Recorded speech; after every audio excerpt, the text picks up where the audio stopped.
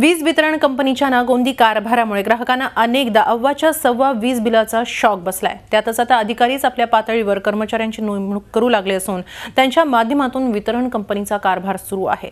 Zee मीडियाच्या sting ऑपरेशनमध्ये ही धक्कादायक बाब उघड झाली आहे।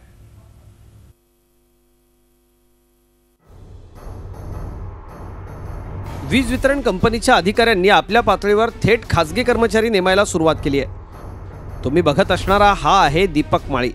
नाशिक जिल्ह्यामधल्या घोटी गावच्या वीज वितरण कंपनीच्या कार्यालयात तो कार्यरत आहे। विशेष म्हणजे तो वीज वितरण कंपनीचा कर्मचारी नाही किंवा कंत्राटी कामगारही नाही, तरीही तो वीज वितरण कंपनीच्या कार्यालयात गेल्या 2-3 वर्षांपासून कार्यरत आहे।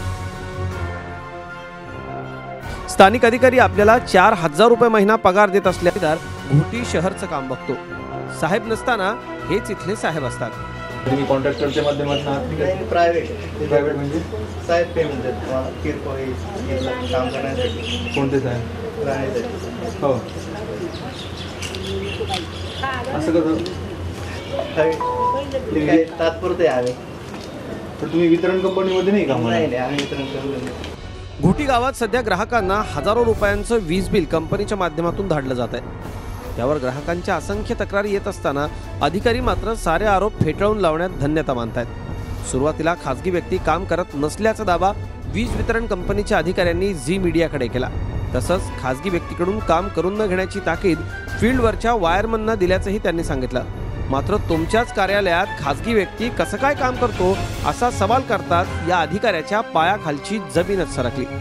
कार्यालयीन कामकाजासाठी आम्ही बाहेरचा माणूस ठेवूच शकत नाही, म्हणजे लाईनच्या कामासाठी ठेवू शकत नाही किंवा ऑफिससाठी पण तसं आम्ही ठेवू शकत नाही। ऑफिससाठी पण फायलिंगला वगैरे कसं आहे, फायलिंगला वगैरे आपण हे करू शकतो। केवळ घोटीचं वीज वितरण कंपनीचं कार्यालय नाही तर ग्रामीण भागातल्या बहुतांश सरकारी कार्यालयात हाच प्रकार पाहायला मिळतोय। सरकार आणि जनतेच्या डोळ्यात धूळफेक करणारे असे प्रकार थांबणं नितांत गरजेचं आहे। मुकुल कुलकर्णी, झी मीडिया, नाशिक।